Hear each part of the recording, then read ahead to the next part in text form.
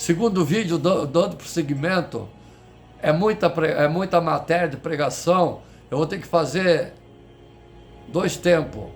A primeira pregação e na próxima sexta, a segunda.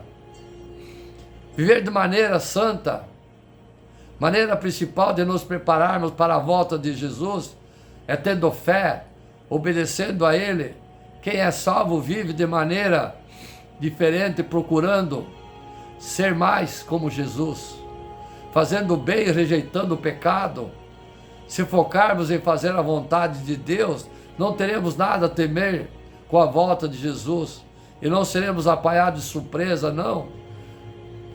Segundo Pedro capítulo 3, verso 14, que diz: portanto, amados, enquanto esperam essas coisas, empenhem-se para serem encontrados por Ele em paz, imaculados e inculpáveis. Sim, amados e amadas, muitas vezes é fácil nos esquecermos que o fim está próximo e cairmos em desleixo com as coisas de Deus. Os sinais do fim do mundo servem para nos alertar que precisamos ficar atentos e corrigir nossa vida, os nossos erros. Devemos manter sóbrios e atentos para a vontade de Deus. 1 Tessalonicenses capítulo 5, versos 6 e 9, que diz: portanto, não durmamos como os demais, mas estejamos atentos e sejamos sóbrios, pois os que dormem, dormem à noite, e os que se embriagam, embriagam-se de noite. Nós, porém, que somos do dia, sejamos sóbrios, vestindo a couraça da fé e do amor e do capacete da esperança da salvação, porque Deus não nos destinou para a ira, mas para recebermos a salvação por meio de Jesus Cristo, nosso Senhor. Edificar uns aos outros. Juntos somos mais fortes, sozinhos somos muitos vulneráveis. Precisamos dos nossos irmãos em Cristo para que nos encorajamos uns aos outros e para nos mantermos preparados para a volta de Yeshua Mashiach. Juntos estaremos sempre prontos para receber Jesus.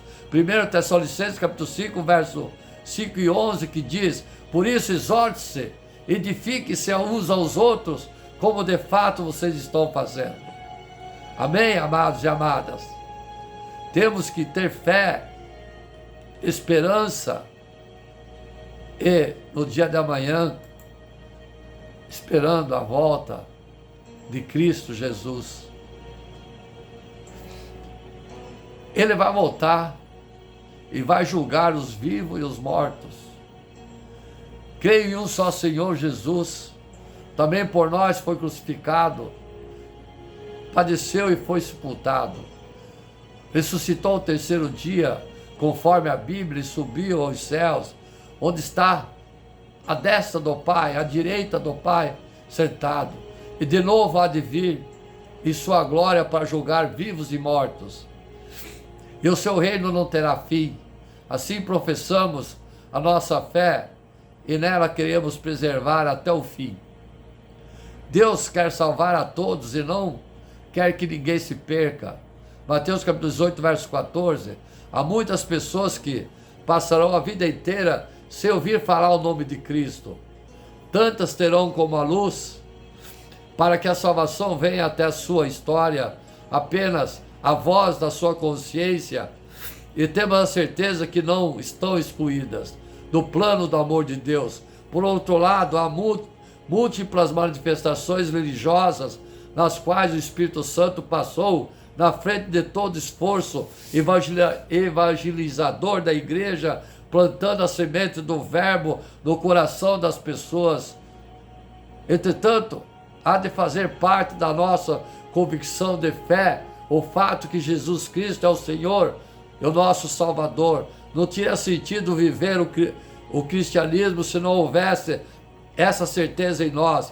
Respeitamos as convicções alheias e teremos certamente muitas boas surpresas ao nos apresentarmos diante de Deus na ocasião da Páscoa pessoal, passando pela dolorosa e maravilhosa realidade da morte de Jesus, quando acolhido nos braços do Pai.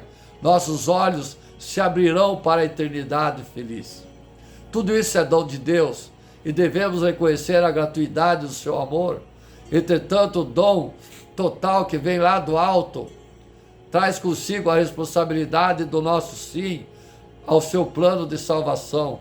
Quando proclamamos Jesus Cristo virá para julgar os vivos e os mortos, tal certeza nos encha de grande alegria e nos comprometa, já que tudo que fazemos ganha valor.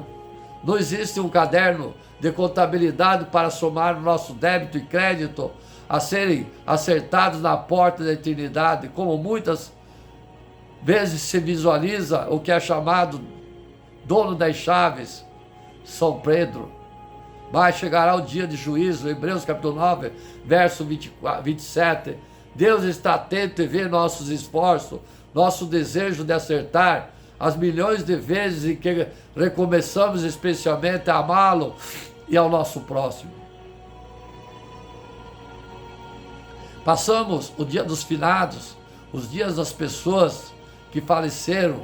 É edificante ver quantas pessoas se dirigem na última morada das pessoas, muitas vezes chamados com a razão do Campo Santo, cemitério, para recordar os seus entes queridos que faleceram, que se foram, sentimentos diversos, atitudes variadas.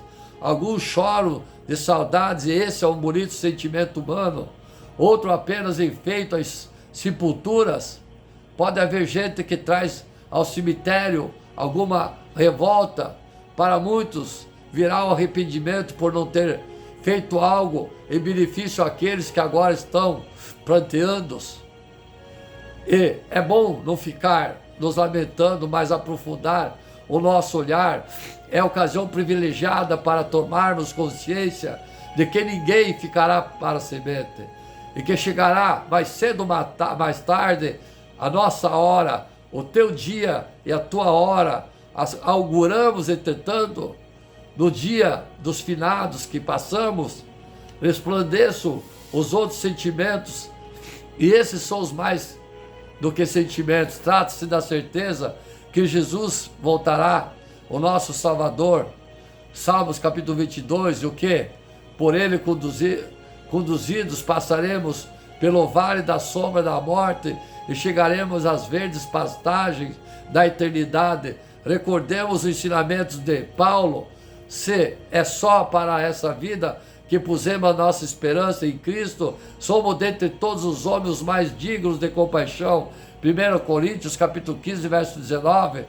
Mas ainda é ocasião para confiarmos a vida dos nossos entes queridos que se foram e que esperamos que esteja na mão de Deus. É o que podemos fazer por eles.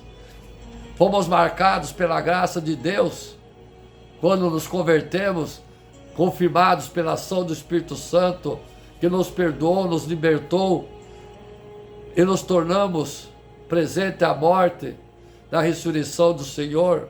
Vivemos na terra buscando o reino de Deus e a sua justiça. Enfrentamos todas as lutas, dificuldades, olhando para a frente e buscando as coisas lá do alto, onde Cristo está sentado à destra do Pai. Sabemos que quando Cristo a nossa vida se manifestar, então seremos também manifestados com Ele, cheios de glória. Colossenses capítulo 3, verso 1 e 2.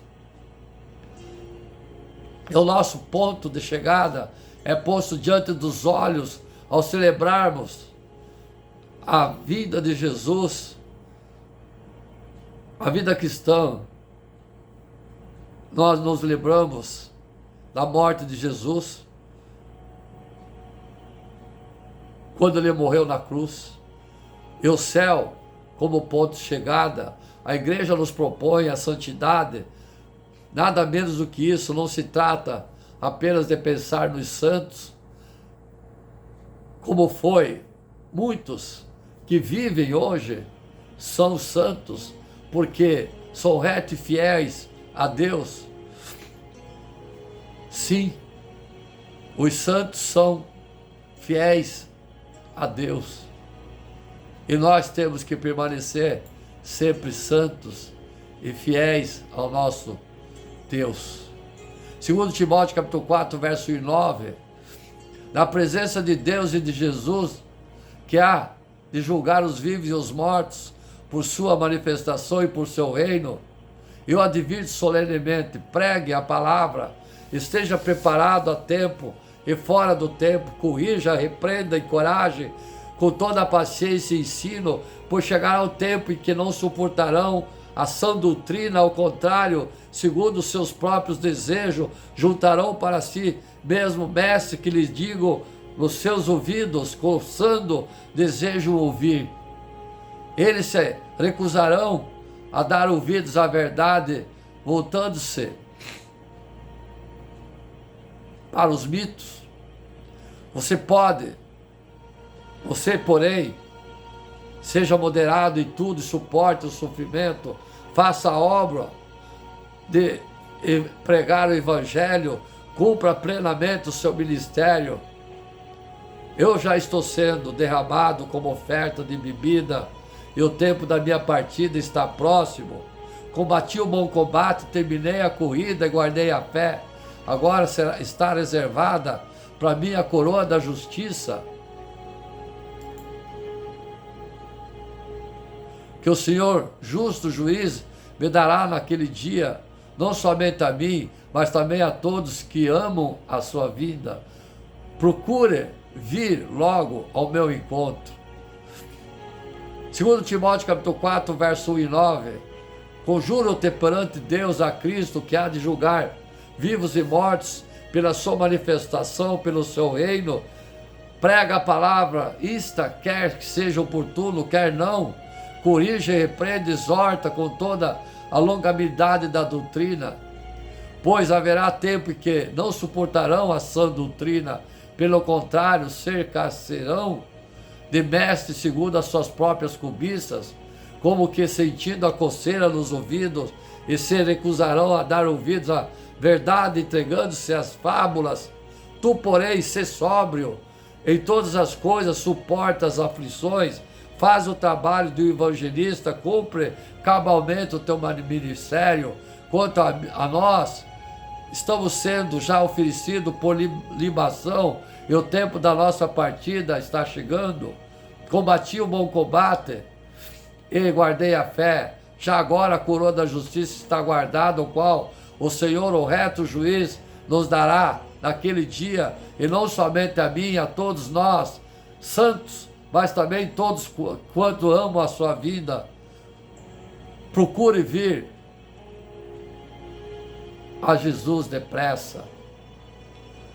Segundo Timóteo capítulo 1, verso 9, eu lhe digo solenemente a presença de Cristo, que um dia julgará os vivos e os mortos. Sim, então, amados e amadas, temos que pensar. Jesus foi pregar no inferno, e nos 3 dias que seu corpo esteve na sepultura,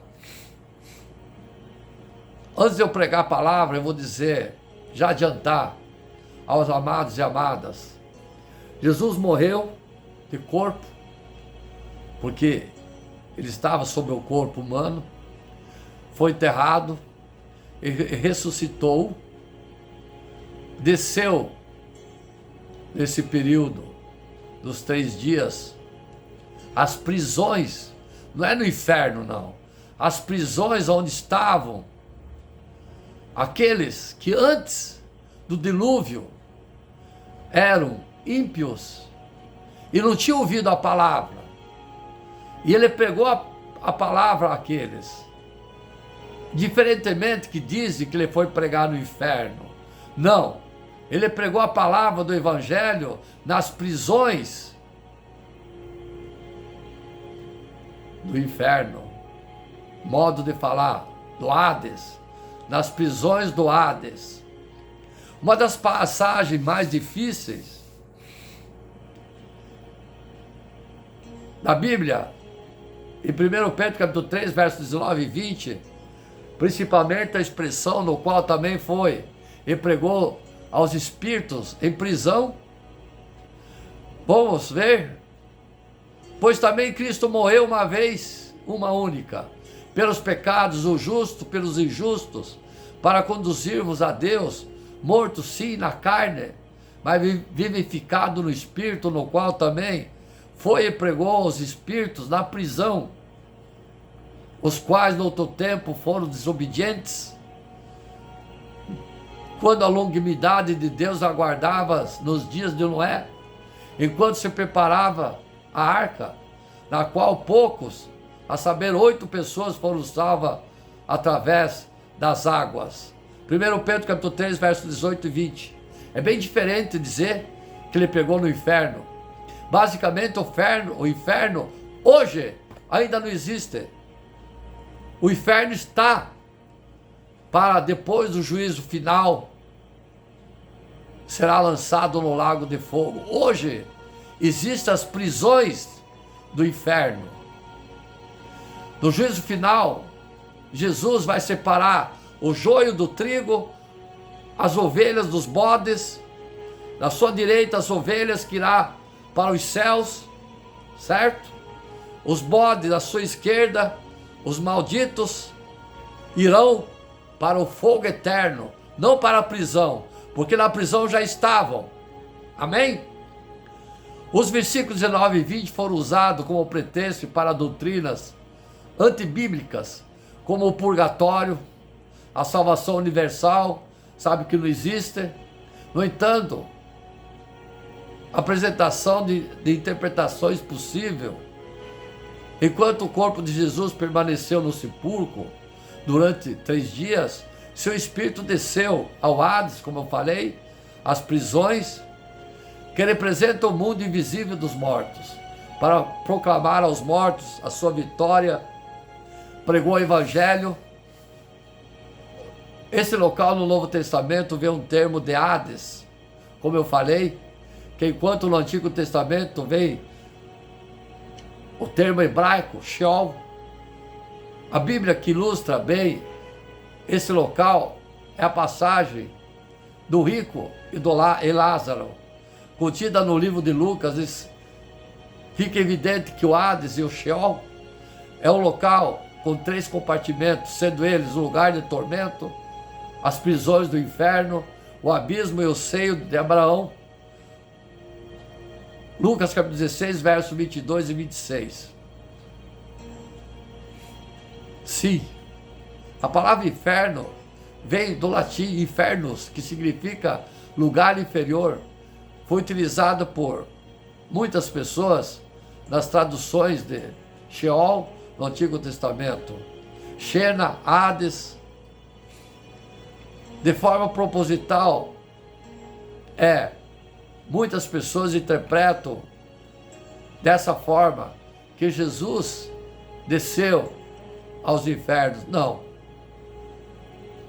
De uma forma geral, podemos dizer que não é totalmente Sheol ou Hades como inferno. É um lugar triste, uma vez que elas representam o mundo espiritual, onde ficam os mortos, os maus, onde os ímpios que morreram no pecado, estão presos à espera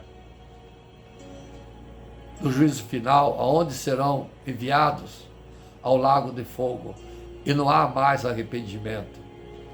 Nesse sentido, Jesus morreu e foi ao Hades, e ali foi literalmente ao lugar das prisões, lugar de tormento. No entanto,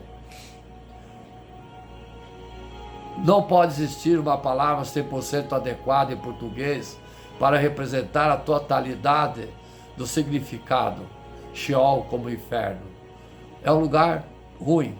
Entretanto, Sheol e Hades como sepultura no mundo espiritual.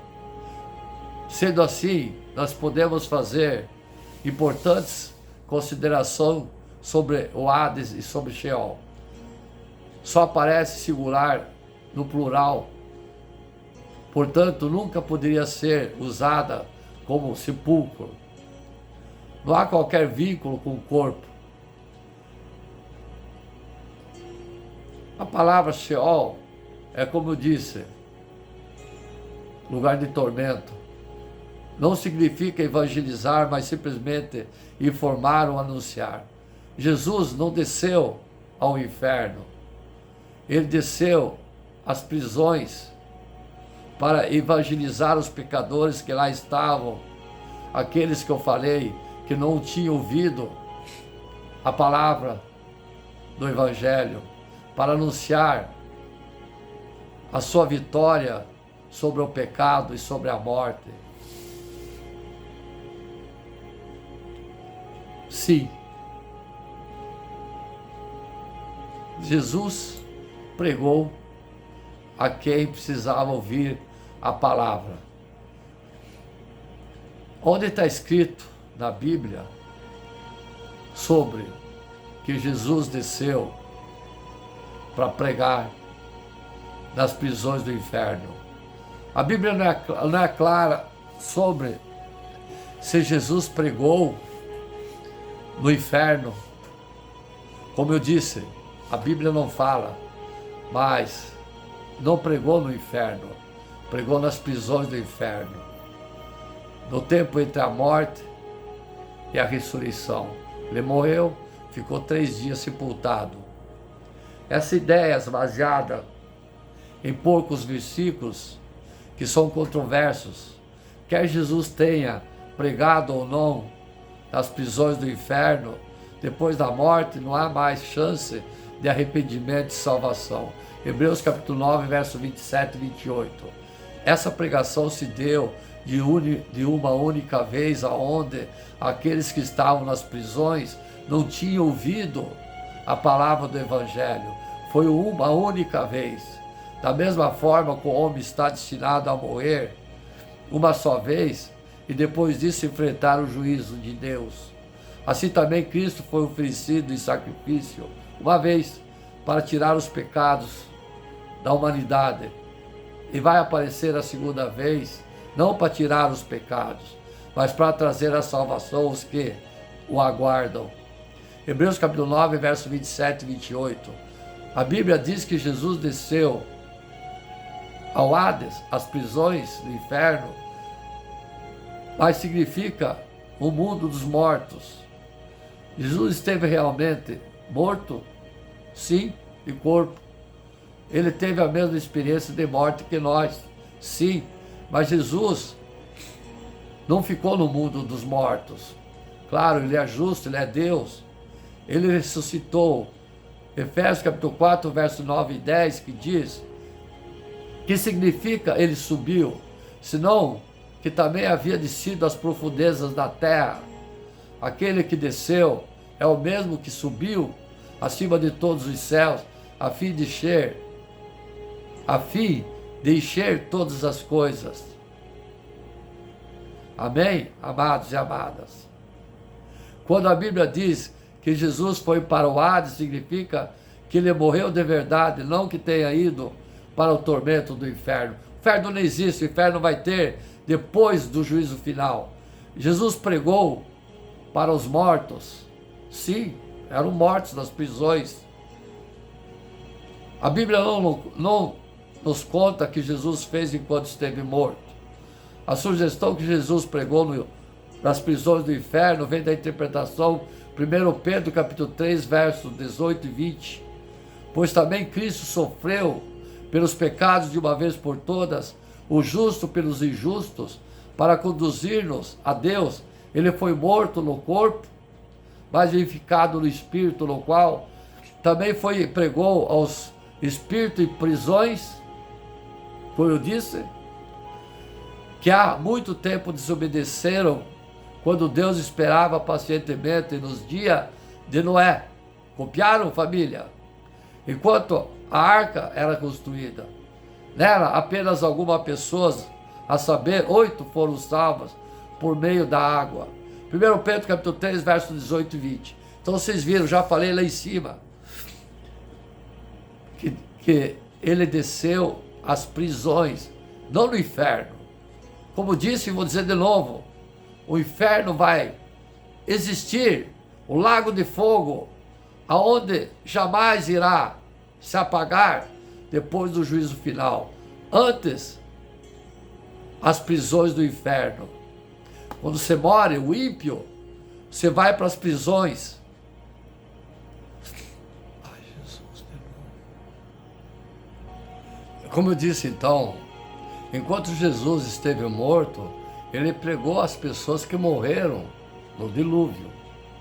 Depois da sua ressurreição, depois do terceiro dia, Jesus voltou ao seu estado glorificado, no qual, no passado, ele tinha pregado aos povos do dilúvio, possivelmente por meio de Noé.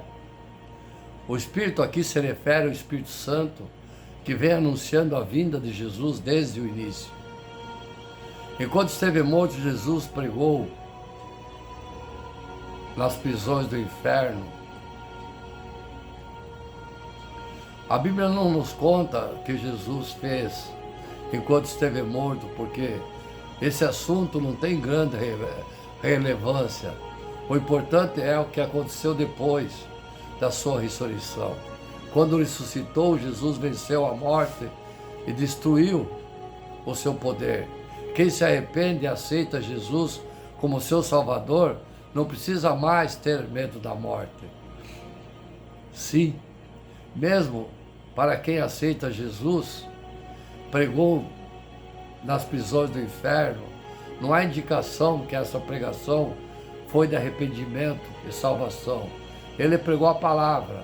Quem aceitou se arrependeu. Nem não sabemos o que foi pregado. Amém? Então, amados e amadas,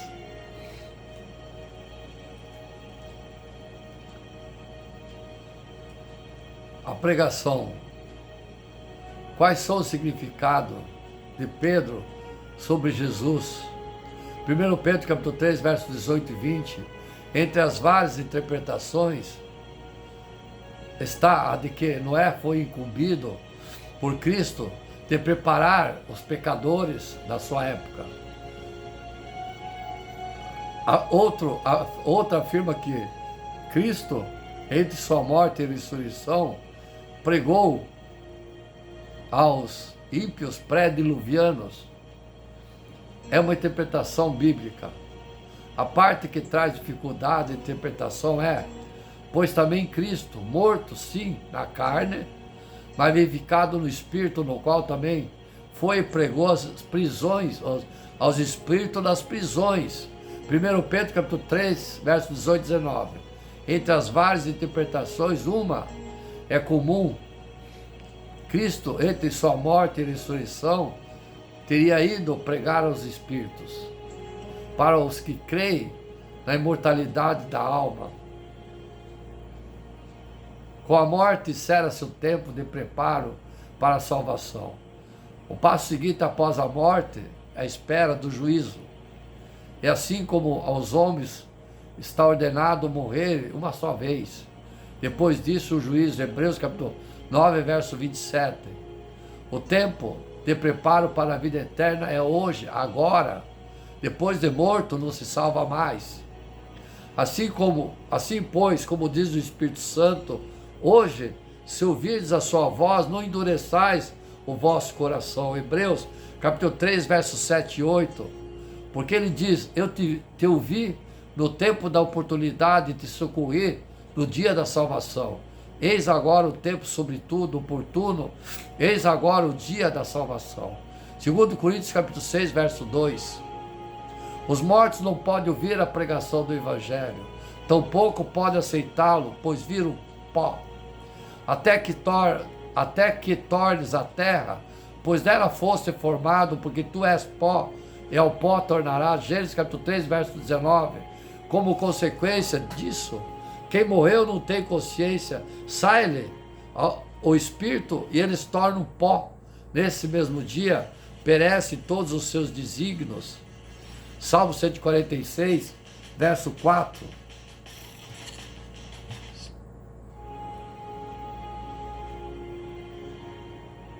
Os mortos não louvam ao Senhor, Deus que desce à região do silêncio. Salmo 115, verso 17. Os mortos não sabem coisa nenhuma, a sua memória jaz no esquecimento, porque no além, para onde tu vais, não há obra, nem projetos, nem conhecimento, nem sabedoria alguma. Eclesiastes capítulo 9, verso 5 e 10. A própria Bíblia, e o contexto de 1 Pedro capítulo 3, verso 18 e 21, nos ajuda a entender o texto em questão. E Jesus foi vivificado no Espírito.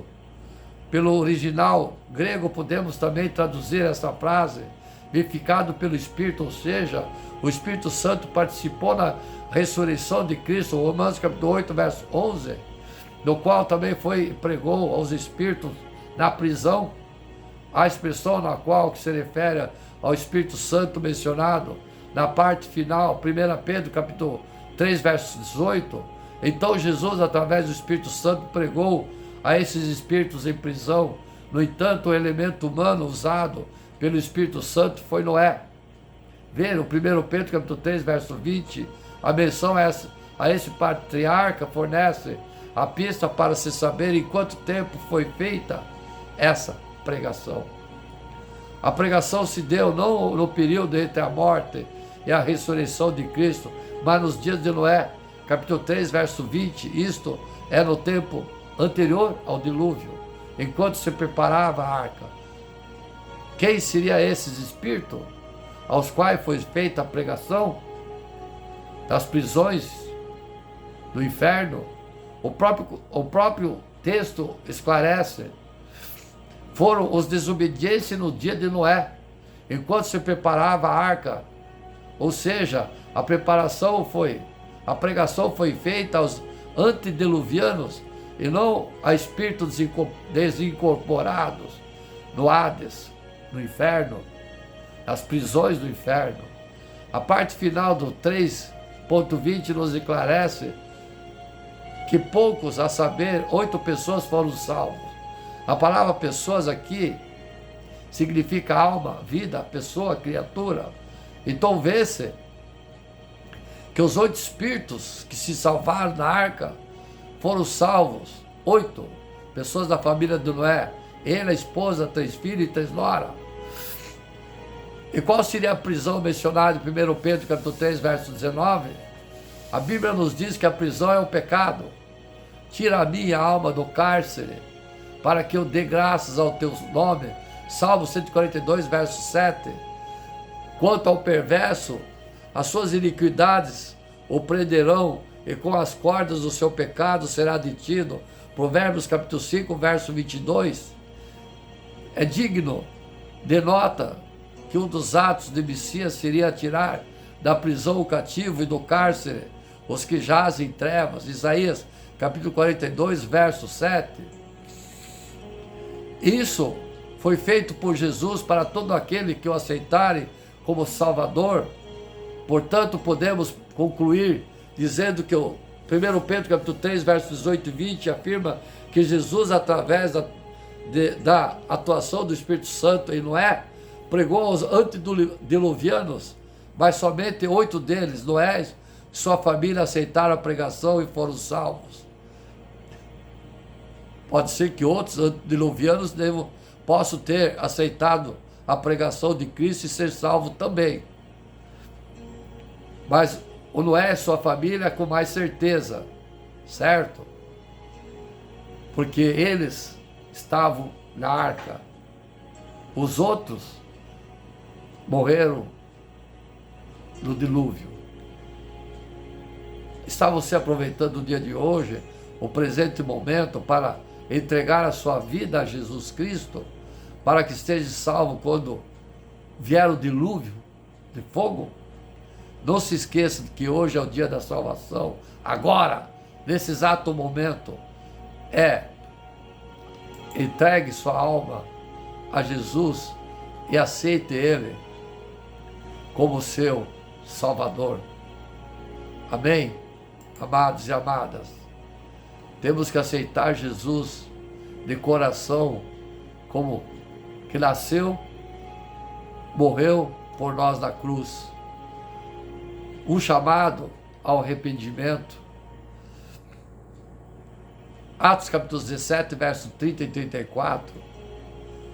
Pois ele estabeleceu um dia para julgar o mundo com justiça por meio do homem que ele designou e mostrou a todos quem é esse homem ao ressuscitá-lo dos mortos.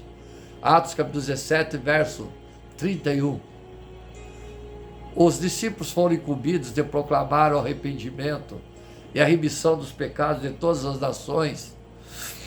Lucas capítulo 24, verso 47. Pois, no passado, Deus não levou em conta a ignorância das pessoas acerca dessas coisas, mas agora Ele ordena que todos, em todos os lugares, se arrependam. Atos capítulo 17, verso 30. A ênfase de Paulo na necessidade do arrependimento é reforçada por sua declaração de que Deus designou o dia específico para julgar o mundo. Pois Ele estabeleceu o dia para julgar o mundo com justiça por meio do homem que Ele designou, e mostrou todos quem é esse homem ao ressuscitá-lo dos mortos. Atos, capítulo 17, verso 31.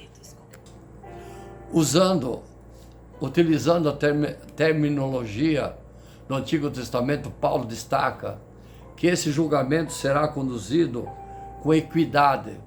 Salmos número 9, verso 7 e 8. Por um representante nomeado por Deus, essa escolha já foi confirmada pelo fato que ele foi ressuscitado dentre os mortos pelo próprio Deus. Com essa afirmação, Paulo retoma os temas centrais de sua pregação anterior em Atenas, abordando Jesus e a ressurreição. Ele trata a ressurreição como um evento histórico e a apresenta como evidência a designação de Jesus como juiz por meio dele. Deus criou todas as coisas, resgatou a humanidade, governará sobre a criação e concretizará o juízo final. Ao retomar esse ponto fundamental, Paulo encontrou existência e até escárnio por parte de alguns fariseus. Os gregos acreditavam na imortalidade da alma, mas a ideia de uma ressurreição corporal parecia absurda, uma vez que consideravam o corpo como algo inferior em comparação com a alma. No entanto, para os cristãos, a ressurreição de Cristo é uma prova inquestionável do que ele foi constituído como juiz sobre os vivos e mortos. Atos, capítulo 10, verso 42. Dessa forma, a certeza de que o juízo vindouro e o papel essencial de Jesus deve nos encorajar a proclamar o arrependimento. É fato que, assim como em Atenas, muitos rejeitarão essa verdade e responderão com zombaria, pois para os filósofos daquela época, a ressurreição dos mortos era uma ideia de difícil compreensão. Portanto, ainda que a nossa pregação seja alvo de escárnio, devemos seguir a exortação de Paulo. Pregue a palavra, esteja preparado, quer a ocasião seja favorável, quer não. Corrija, repreenda, encoraje com paciência o bom ensino, 2 Timóteo capítulo 4, verso 2, pois mesmo em meio ao desafio e à resistência da atualidade, sempre há aquele que, como Dionísio, membro do conselho de uma mulher chamada Damares, e alguns outros, ouvirão a mensagem e crerão para a glória de Deus. Amém? Amados e amadas,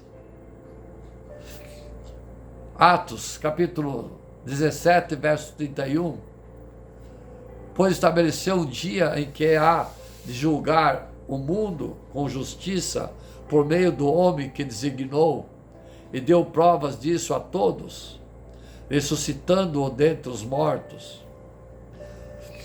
Atos, capítulo 17, pois estabeleceu um dia em que há de julgar o mundo com justiça, por meio do homem que o designou, e deu provas disso a todos, ressuscitando dentre os mortos. Esse versículo, em outra versão da Bíblia, porquanto determinou que o dia em que com justiça há de julgar o mundo por meio do varão que para isso ordenou, e disso tem dado certeza que todos ressuscitando dentre os mortos. Então, amados e amadas, temos que estar sempre alerta à espera da volta de Jesus.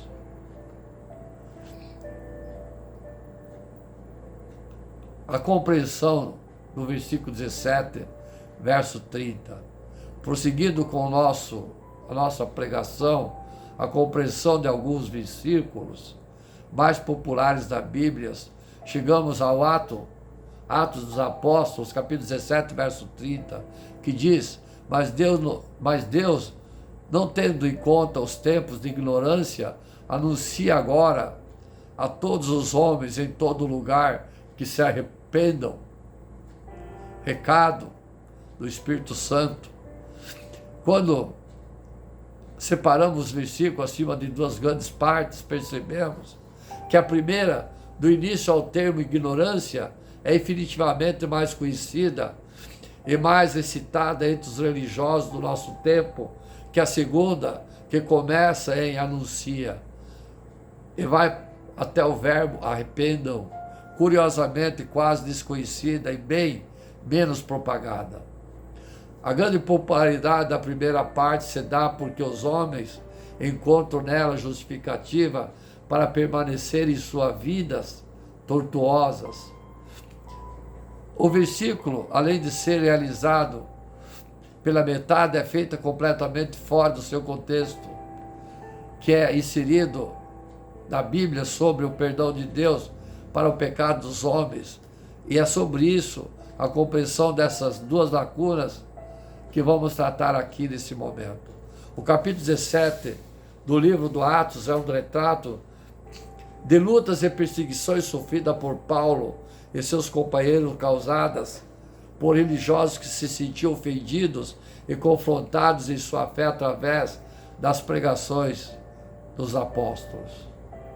Mas também é um atestado de amor verdadeiro a Deus por um homem que, consciente do seu chamado e apesar das fortes retaliações infernais que recebera, não se curvou aos perigos dos adversários e cumpriu a sua missão com êxito até o fim. Combati o bom combate, acabei a carreira, guardei a fé. Desde agora a coroa da justiça me está guardada, a qual o Senhor, justo juiz, me dará naquele dia, e não somente a mim, mas também a todos os que amarem sua vida. 2 Timóteo capítulo 4, versos 7 e 8.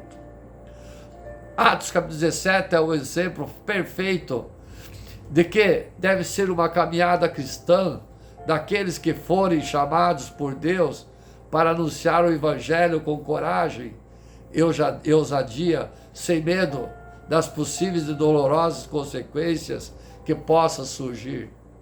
A trajetória dos apóstolos começa quando, depois de ter passado por Anfípolis e Apolônia, desembarcou em Tessalonicense, essa cidade Grécia, sob o domínio de romanos. Era conhecida pela excelente localização geográfica que possuía, além do grande progresso comercial, face à união entre a terra e o mar.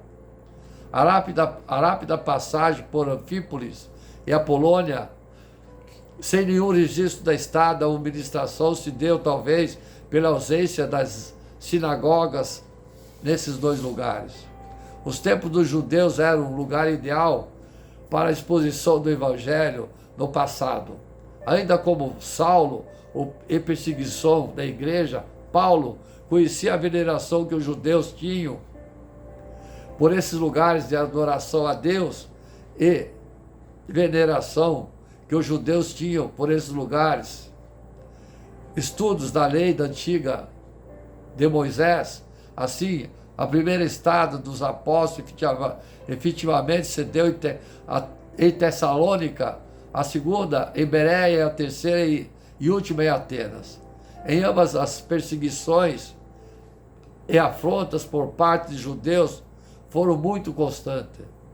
Como os judeus eram guardadores do sábado, Paulo foi disputar com eles acerca das escrituras por 3 sábados seguidos, como também era costume dele, mostrando a importância da morte e da ressurreição de Jesus. Muitos foram convertidos, outros, porém, desobedientes e movidos pela inveja, tomaram consigo alguns homens perversos dentre os vadios e, ajuntando o povo, alvoroçaram a cidade à procura de Paulo e seus companheiros. Seguindo no último capítulo, no último vídeo nessa pregação. Amém?